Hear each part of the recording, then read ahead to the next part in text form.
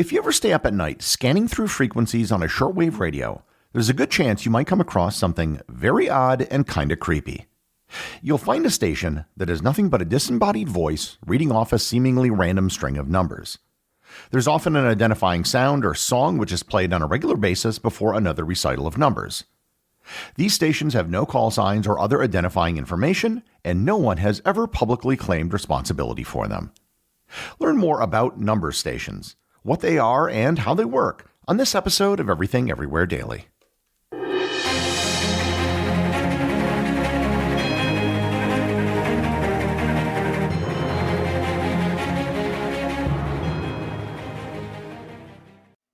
This episode is sponsored by ButcherBox. You've probably heard the old adage that you are what you eat.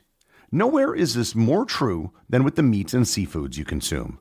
And that is why ButcherBox sources only the highest quality meats and seafood.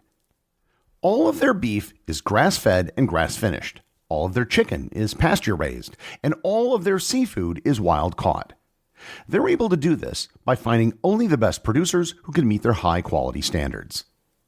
Make a commitment to eat better this year with the best meat and seafood on the planet delivered directly to your door. ButcherBox is currently offering my listeners their choice of a weeknight meal essential: 3 pounds of chicken thighs, 2 pounds of ground beef, or 1 pound of premium steak tips, for free in every order for a whole year. Plus, you get $20 off your first order. So sign up today at butcherbox.com/daily and use code DAILY to choose your free offer and get $20 off.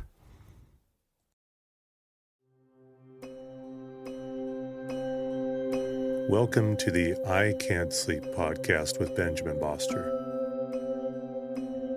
If you're tired of sleepless nights, you'll love the I Can't Sleep podcast. I help quiet your mind by reading random articles from across the web to bore you to sleep with my soothing voice. Each episode provides enough interesting content to hold your attention, and then your mind lets you drift off. Find it wherever you get your podcasts. That's I Can't Sleep with Benjamin Boster.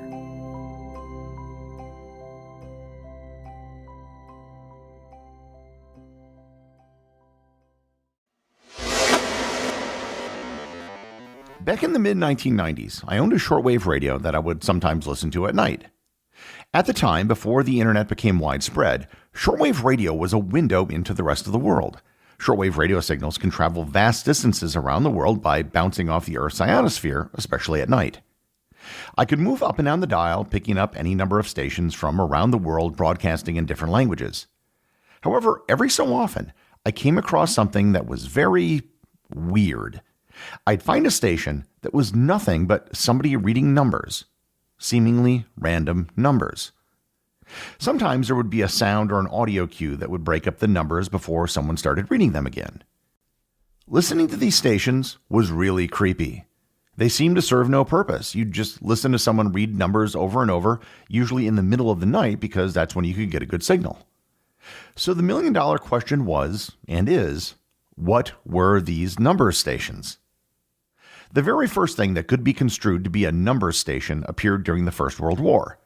Stations appeared in the shortwave part of the spectrum, broadcasting nothing but numbers in Morse code. It was said that Archduke Anton of Austria, who was a child during the war, would often stay up listening to these stations, copying down what he heard and sending them to the Austrian intelligence service. And here I should explain why these broadcasts were done on shortwave radio and not on other more popular frequencies. Shortwave radio signals can travel long distances due to their ability to reflect off the ionosphere, a layer of the Earth's atmosphere filled with charged particles, located approximately 60 to 250 miles above the surface.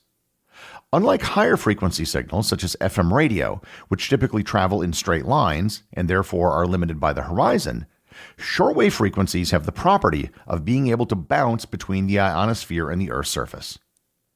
The ability of shortwave transmissions to travel so far is part of the key to understanding why number stations appeared on the shortwave bands and nowhere else. When World War II began, more number stations started to appear. There weren't a lot of them, but they just appeared on airwaves and they used voices to read numbers, not just Morse code. The end of the war saw a reduction in the number of stations, but they came back with a vengeance during the Cold War. The early 1950s saw an explosion in the number of number stations. Dozens of them sprang up, each which had different identities. They appeared on different frequencies, they were in different languages, and they had different sound signatures. Each station would usually do something to identify it, often a song or a sound clip. Soon, amateur radio operators began to track and name these number stations, giving them monikers based on their audio signals. And it isn't often that I do an episode on an exclusively audio topic, but this is such an episode. The following is a brief recording of a number station which was dubbed the Lincolnshire Poacher. The Lincolnshire Poacher got its name from an English folk song it played at the top of the hour, followed by numbers. And here's a clip from the Lincolnshire Poacher number station, which was recorded in 2007, just 1 year before it went off the air.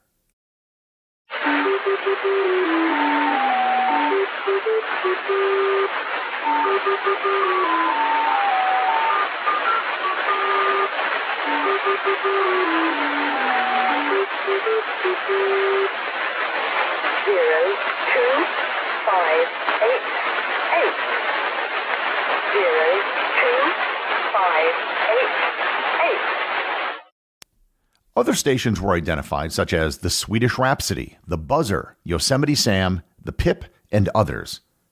There were many theories as to what these stations were. One of the more outlandish theories was that one of the stations was a dead-hand doomsday device set up by the Soviets. In the event that the station were to ever go off the air, it would somehow trigger a nuclear strike. The idea was rather ridiculous because putting the fate of the world on a radio station that was subject to atmospheric conditions and electrical outages doesn't really make sense. Amateur sleuths who cataloged and followed these sites began putting together what these stations were. For starters, none of the stations were identified or registered as all radio stations are supposed to be. They were in effect pirate radio stations. However, unlike pirate radio stations, there was no government effort to close any of these stations down, something which happened all the time with actual pirate radio stations. The regularity of their broadcasts and the power at which they transmitted meant that a great deal of money had to be behind them. Nobody was going to spend that sort of money on something with no obvious purpose. It also turned out that it wasn't too difficult to determine the direction and ultimately the location of a powerful radio signal. The Lincolnshire Poacher, for example, was determined to have first been broadcast from Bletchley Park in England, home of British cryptography, and then it was later moved to a British military base on the island of Cyprus. There were other stations discovered in other Western countries, including in the United States and Australia. It was also possible to tell via the direction of the signal that there were numerous sites in the Soviet Union, the Eastern Bloc, and Cuba as well. It soon became obvious that these stations were part of intelligence operations for various countries. When the locations of the transmitters were discovered, they often were immediately shut down or moved to a new location. So if these stations were part of intelligence operations, what exactly were they doing? If you remember back to my episode on cryptography, you can, at least in theory, crack any encryption system. Very difficult encryption systems developed by the Germans and Japanese were cracked during World War II. Even very secure digital systems can, in theory, be cracked. However, there is one type of encryption system that can't even theoretically be cracked. It's called a one-time pad. A one-time pad is the most secure form of communication possible because it's completely random. There is, in effect, no system to crack, which is why it's uncrackable. There's no message encoded in the signal which is sent. However, such a system requires that the sender and receiver to have a key to understand what the message means. So long as the sender and the receiver have the same key, they can confidently send a message publicly without anybody knowing what the message means. Let's use the example of this podcast. Of the many people who listen to this podcast every day, let's say I wanted to communicate with just a single person somewhere who listens to the show. Ahead of time, we could agree on a code. I would select an arbitrary number or even a phrase that, if you were to hear it, would indicate the predetermined message. If we selected our code carefully enough, no one would even know that there was a message.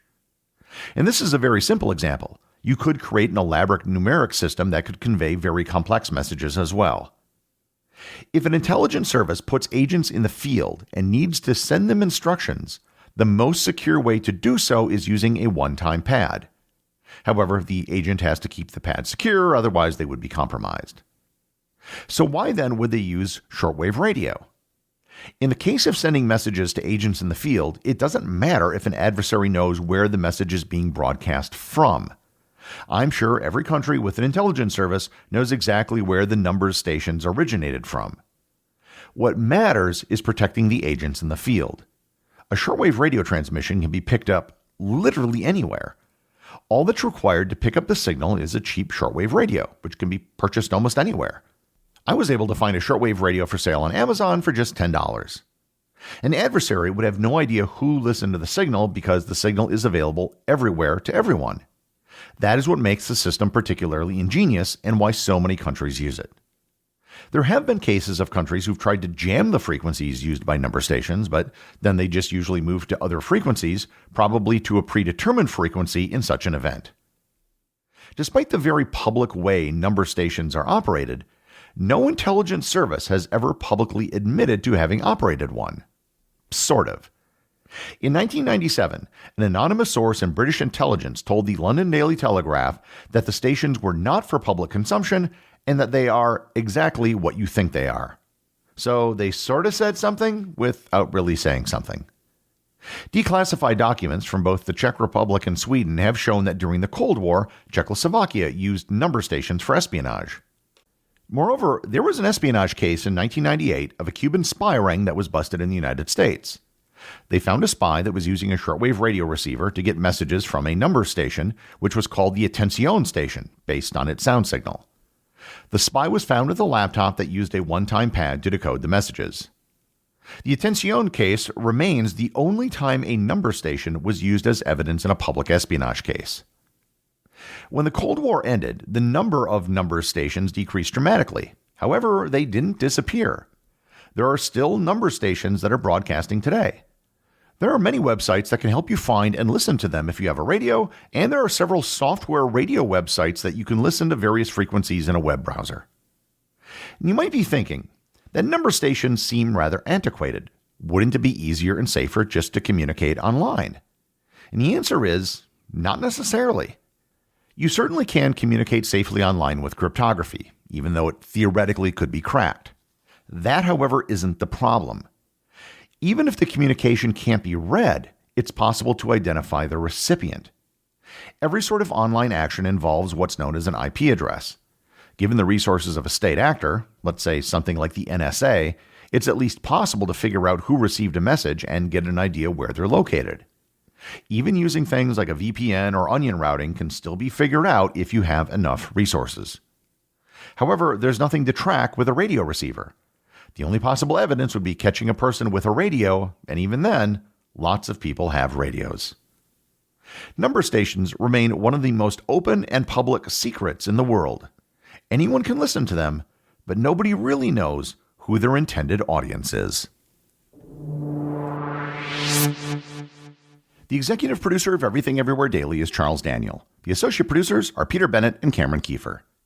Today's review comes from listener Sparkfire on Apple Podcasts in the United States.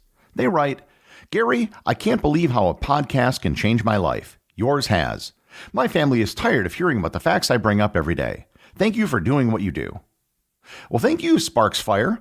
I'm always glad to hear when I make an impact on someone. However, in your case, I'm hoping that the life change you're referring to isn't the same thing as annoying your family with facts. Remember, if you leave a review or send me a boostagram, you too can have it read on the show.